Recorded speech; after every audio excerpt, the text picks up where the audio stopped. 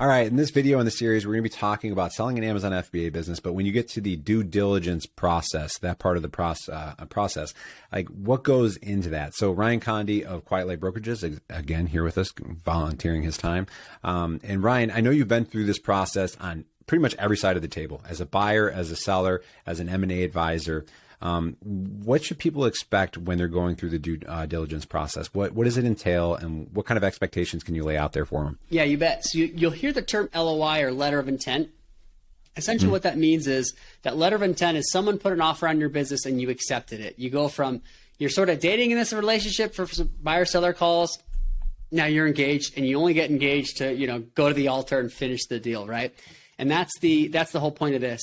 This due diligence process can last anywhere from 30 days to 90 days, depending upon how it's structured, the size of the business, how financing is going to work, right? Here are a few things that we should expect when you do go under due diligence with another buyer, right? The smaller the deal, the less due diligence typically is necessary. And I don't say less, but I say less thorough, right? If you're doing a $10 million transaction, they're gonna do things like fully reconstruct the P&L all the way down to shipping and the last penny and your entire COGS, your cost of goods sold, all those things. Whereas on a smaller due diligence, they may not hire an outside firm. They may do it all themselves and spot check a lot of things, right?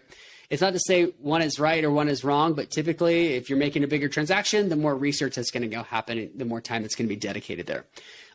What should a seller understand with due diligence, right? One of the things that is critical when it comes to due diligence is, as a seller, is having a good data room.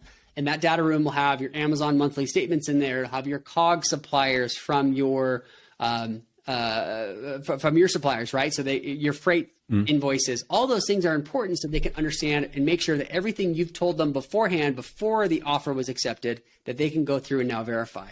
They're probably going to want view-only access to your Seller Central account. They want to view your ad campaigns. They want to view those types of things and basically verify everything. They want to make sure that you have a trademark.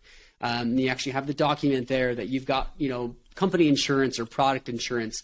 All those things are very normal, right?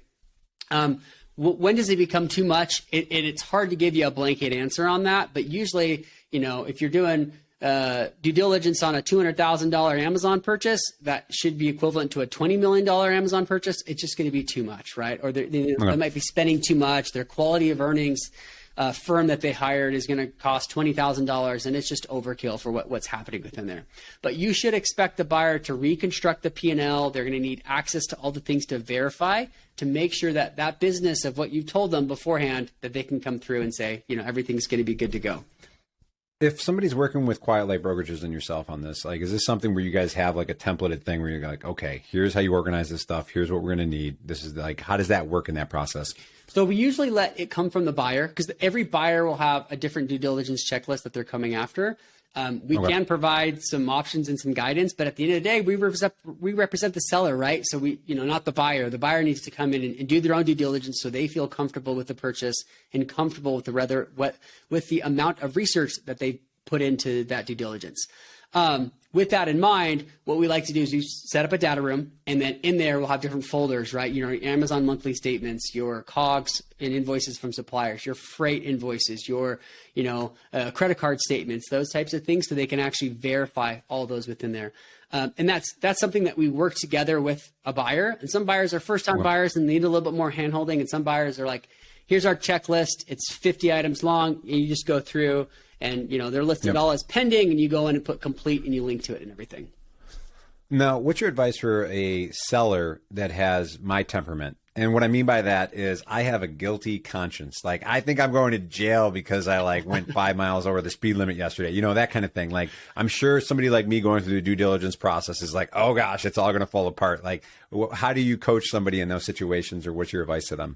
Yeah, and we do run that role a lot, right? As a sell-side advisor, there are times where it's almost like we're, helping out the buyer to help get the deal done, right? You can't help a seller without having a buyer at the table.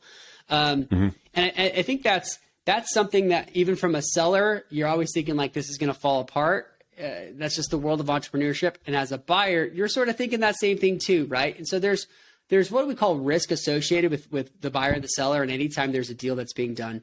And we think about that risk, it needs to be at a point where it's shared comfortably.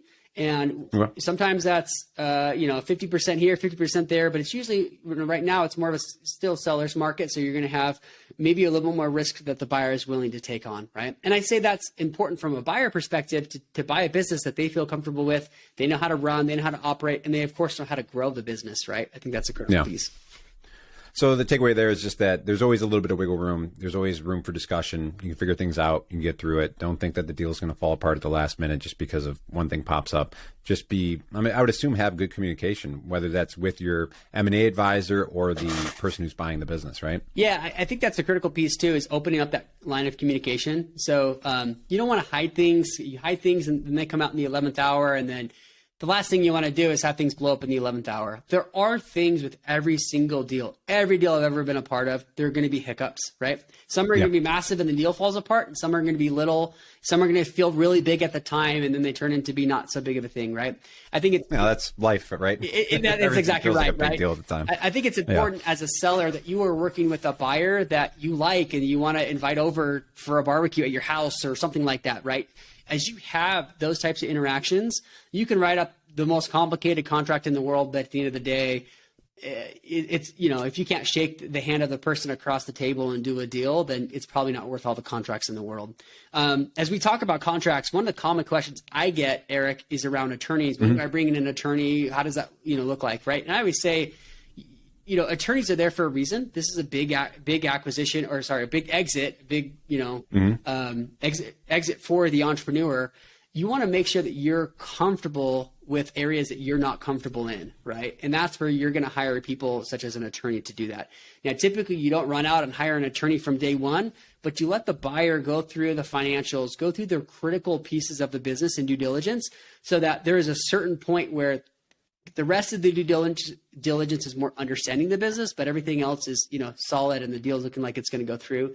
That's when you can reach out to attorneys. We've got a list of attorneys that we work with. They're all third parties.